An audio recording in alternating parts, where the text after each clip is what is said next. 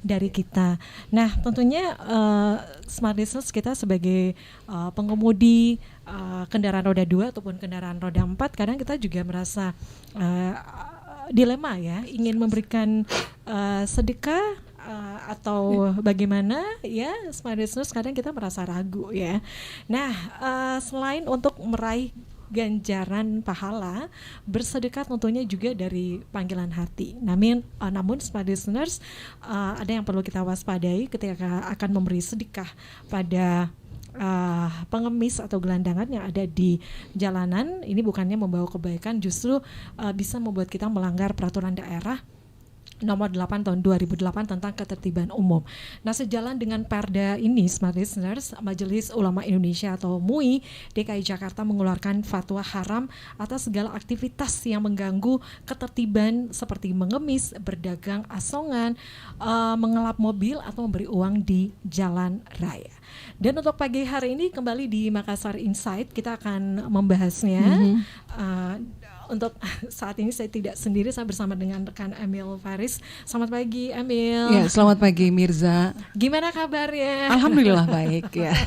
Jadi sempat waktu ke sini memang ada ya beberapa sih yang masih ada. Sementara dari Kasatpol sendiri sudah menyampaikan bahwa zero gepeng yang ada di jalan. Tapi ada beberapa yang masih tetap itu seperti tadi ngelap mobil, kendaraan kita. Nah, ini terkait dengan apa yang Mirza tadi katakan bahwa ada fatwa MUI yang mengatakan bahwa untuk memberi sesuatu kepada anak jalanan atau gepeng itu disebutkan oleh MUI bahwa itu adalah haram ya. Nah, kita sudah tersambung dengan ulama besar Indonesia, yaitu Bapak Dr. Haji Muammar Bakri LCMA. Beliau ini sementara berada lagi ke perjalanan ke Bulukumba. Ya, Oke, Assalamualaikum warahmatullahi wabarakatuh, Pak Ustadz. Ya. Gimana Pak? Gimana Ustadz ya? Lagi di jalan ya, Ustadz? Ya. Posisi sekarang di mana Ustadz? Masih di Makassar? Oh ya, oke. Mungkin bisa mencari. Iya. Sinyalnya kurang baik kita terima, Ustadz. Mungkin bisa berhenti dulu mencari tempat agar sinyalnya bisa kami terima dengan baik. Iya. Sinyalnya kurang bagus, Ustadz. Halo. Ya, nanti kita coba telepon ya di kita sesaat lagi karena beliau juga ini mungkin lagi mencari tempat ya, mencari spot untuk bagaimana supaya daya tangkapnya bisa bagus, jernih. Ya, ini beliau sudah menghubungi kita. Assalamualaikum warahmatullahi wabarakatuh. Salam. Ya, ini sudah bagus. Ini sudah baik ya kedengarannya. Baik. Ya Ustadz, ini langsung aja nih Ustadz ya. Seperti yang disampaikan tadi teman saya Mirza, bahwa ada fatwa MUI yang melaporkan bahwa memberikan sesuatu kepada gelandangan atau pengemis di jalan ini adalah haram. Gimana menurut Ustadz? Memangkah sudah ada fatwa yang mengharamkan ketika kita memberikan sesuatu kepada pengemis atau gelandangan di jalan? Ya, Bang. Pendengar Smart FM. Ya. Jadi fatwa nomor 1 tahun 2021 yang dikeluarkan oleh Majelis Ulama Indonesia Sulawesi Selatan. Sungguhnya di situ ada beberapa poin penting yang terkait dengan hukum Islam. Pertama, pihak yang mengeksploitasi para pengemis atau orang-orang yang tidak berdaya untuk meraup keuntungan material. Yang kedua, pihak yang tentu berkewajiban untuk melakukan pembinaan kepada orang-orang yang memang secara fisik, secara ekonomi tidak berdaya. Tentu ini merupakan kewajiban pemerintah, ya, yang pemerintah untuk memelihara dan bukan pembinaan yang baik. Karena itu adalah amanah undang-undang 45 1945. Nah, supaya ini bersinergi semua pihak, maka tentu juga sebelum pemerintah setempat, beberapa daerah sudah akan menerapkan sanksi bagi pemberi. Karena itu supaya berimbang, maka tentu sangat diharapkan pemerintah memaksimalkan bekerja sama tentunya dengan seluruh stakeholder, lembaga-lembaga kemanusiaan untuk melakukan pembinaan sehingga terdapat mungkin tidak ada pemandangan lagi kalau istilah di Makassar itu zero gepeng gitu. Jadi betul-betul meniadakan itu. Nah, sehingga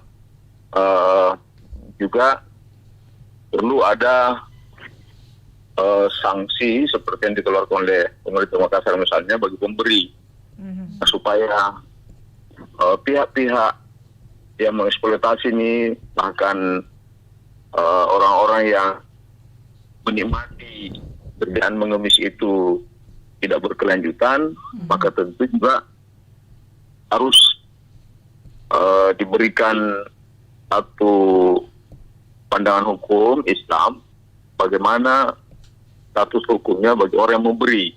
Sebab kalau selama ini mindset bahwa memberi itu sebuah sedekah, itu tentu sangat bagus. Tapi ketika itu ada mengandung mudarat, tidak ada maslahat yang dikandung dalam proses pemberian itu, bahkan yang ada sebenarnya semakin merajalela mengemis dan semakin berdaya ini dan kuat ini yang melakukan eksploit, maka tentu bukan pemberian itu satu tindakan yang haram. Oke. Ustadz, memberi sesuatu kepada pengemis yang ada di jalan ini, MUI sudah mengeluarkan suatu fatwa ya. Sebenarnya untuk kedudukan fatwa dalam hukum Islam itu sebenarnya seperti apa, Ustaz? Iya, Mirza lagi terputus. Kita sambung lagi ya. Coba. Ya, oke. Baik, Ustadz. Terima kasih. Ya, Ustadz. Ya, oke. Ilat hukumnya, alasan hukumnya, kenapa pemberi mengeluarkan fatwa dihukumi haram ya, karena kalau itu terus dilakukan maka kegiatan ini akan terus berkelanjutan, terutama bagi yang mengeksploitasi orang-orang tidak berdaya itu. Itu yang pertama. Yang kedua, bagi pihak-pihak yang pengemis misalnya, apalagi yang masih memiliki kekuatan fisik yang masih sehat, masih sempurna, lalu kemudian menjadikan pekerjaan mengemis ini sebagai satu profesi, itu juga tentu mendukung pihak-pihak ini untuk menjadikan mengemis itu sebagai satu profesi, sehingga kalau tidak ada yang memberikan di jalan, maka tentu pihak-pihak ini akan berpikir berada di jalan untuk mengemis. Jadi sebenarnya kalau pemberi tidak melakukan itu di jalan, maka tentu tidak mendukung kegiatan mengemis itu. Tapi kalau banyak pihak pengguna jalan misalnya memberikan kepada pengemis, ya tentu kerjaan mengemis itu menjadi satu kerjaan yang menarik bagi pihak tertentu, terutama bagi yang melakukan eksploitasi ini, kaum lemah gitu. Sehingga kemaslahatnya untuk tidak memberi itu lebih utama sebenarnya. Jadi kalau misalnya pengguna jalan atau orang mau memberi, sebaiknya disalurkan kepada yang betul-betul tepat sasaran. Aturan untuk Artinya, bersedekah dalam Islam itu misalnya, seperti apa, Ustaz? Dalam memberi itu kan ada konsep namanya hakul karaba dan hakul jiwar. Hakul karaba itu kita cari dulu famili-famili kita. Gitu. Jangan sampai ada famili kita yang Lebih diutamakan sangat ya membutuhkan. Ustadz ya, Ya, lebih kita diutamakan utamakan dulu keluarga famili. dulu. Ya, jadi setelah kita utamakan keluarga, maka kita utamakan lagi hakul jiwar, tetangga gitu. Jadi jangan sampai ada famili kita, ada keluarga kita Yang dekat. yang sangat membutuhkan, maka kewajiban kita semua selaku manusia yang memiliki kemampuan. Nah, itu sebenarnya jangan sampai itu diberikan kepada yang tidak tepat sasaran karena misalnya orang itu ternyata ada yang backing, ada yang organize. Itu tentu ada banyak mudaratnya. Ya, Iya. aturan yang dibuat ini kan baru ya, Ustadz ya.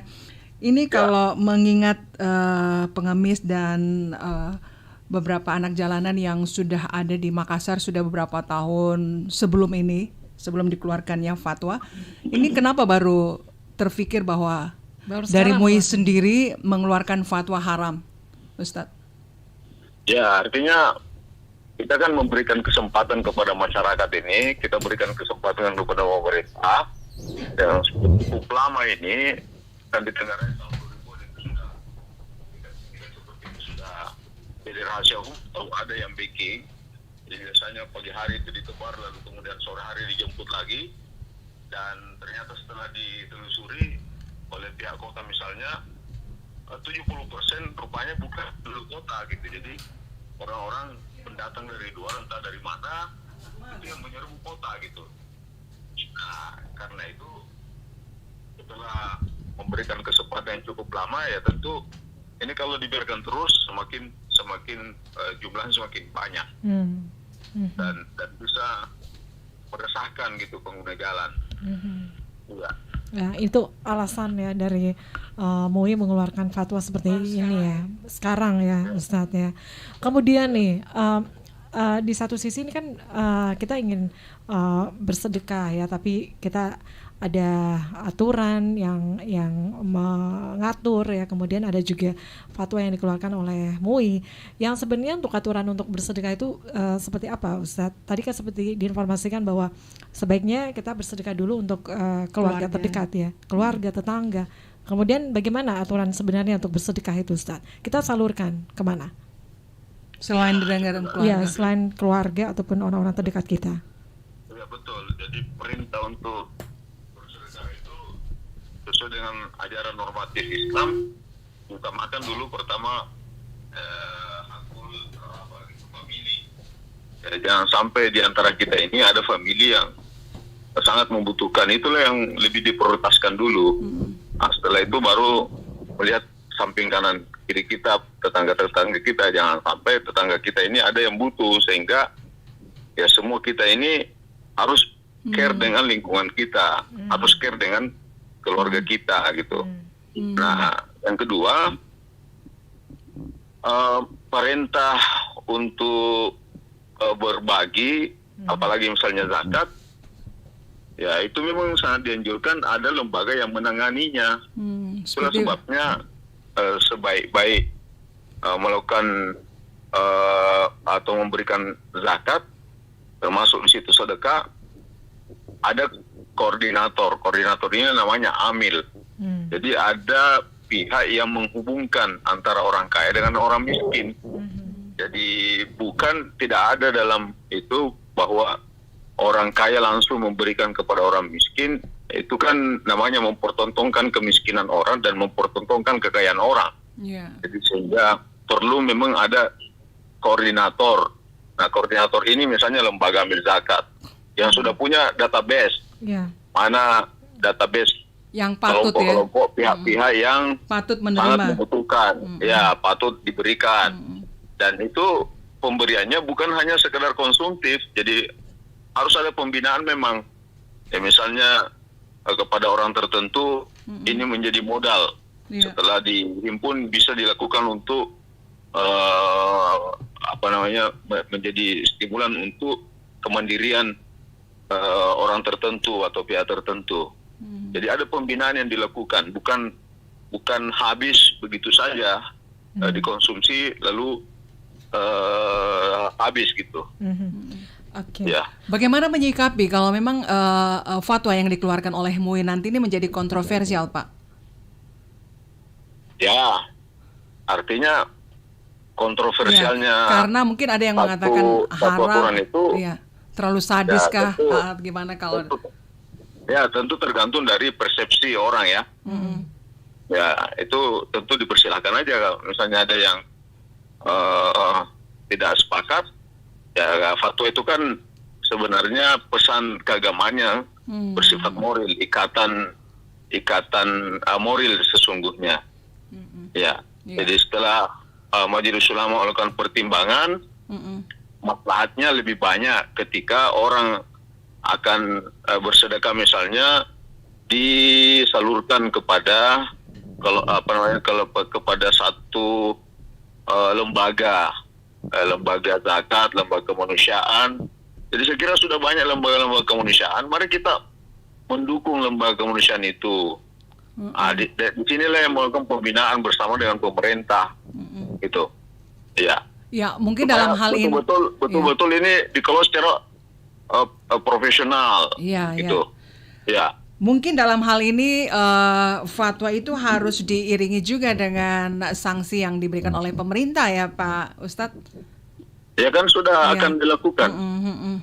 Ya, jadi pemberi pemberi uang misalnya di jalan itu akan dikenakan sanksi denda. Ya, Ya. iya, oke. Jadi diharapkan walaupun fatwa ada yang menyetujui, ada yang tidak menyetujui, tapi kalau ada sanksi dari pemerintah ini kan akan lebih ketat lagi ya peraturannya yang diberlakukan oleh pemerintah ya Ustadz ya. Ya. Iya. Satu lagi Ustadz. Iya. Ini untuk kalau kita mau sedekah gitu ya, itu kan dalam bentuk uang atau barang, Ustadz? Bagusnya bentuk apa Ustadz? Kenapa? Untuk Kalau- bersedekah dalam bentuk uang atau bentuk barang, Ustadz? Bagusnya apa? Bentuk uang atau bentuk barang Ustadz untuk sedekah? Ya, itu tergantung dari kondisi bersangkutan. Iya. Kalau misalnya di tetangga butuh beras, ya kita kasih beras. Ya. Ya, butuh pembeli ikan, ya kita kasih pembeli ikan. Karena mungkin berasnya sudah banyak, ikannya tidak ada, Sama ya aja. mau makan beras saja terus. Ya, jadi itulah perlunya silaturahim ya, silaturahim dengan famili, silaturahim dengan para tetangga. Iya. Jadi melihat apa kebutuhannya gitu. Ya. Oke, nanti mungkin kita akan mencoba menghubungi PLT Kepala Dinas Sosial Ustadz untuk mengkonfirmasi terkait apa yang sudah disampaikan oleh Ustadz ya, dan bagaimana peraturan selanjutnya yang akan diterapkan oleh Dinas Sosial terkait dengan adanya fatwa ini. Ustadz, kita break dulu ya Ustadz ya, mungkin bisa dilanjutkan dulu perjalanannya atau gimana, nanti kami hubungi kembali Ustadz ya. Oke. Baik. Terima kasih untuk Ustadz Dr. Haji Muammar Bakri LCMA yang sudah bergabung bersama kita di Makassar Insight. Dan sesaat lagi kami mencoba untuk menghubungi PLT Kepala Dinas Sosial Kota Makassar yang sebenarnya mau gabung tadi langsung datang ke Smart FM, tapi beliau saat ini masih lagi rapat koordinasi dengan Wali Kota Makassar Dani Pomanto, dan saya masih tetap update keberadaan beliau di mana sekarang ya. Mudah-mudahan kalau tidak sempat ke sini, beliau nanti kita hubungi juga lewat telepon. Oke, Smart Listener tetaplah bersama kami. Kalaupun ada tanggapan, Anda boleh tanggapi lewat line WhatsApp kami di 0811461011. Kita Dan juga live di YouTube ya. YouTube ya, kita bisa live chat ya di channel YouTube Smart FM.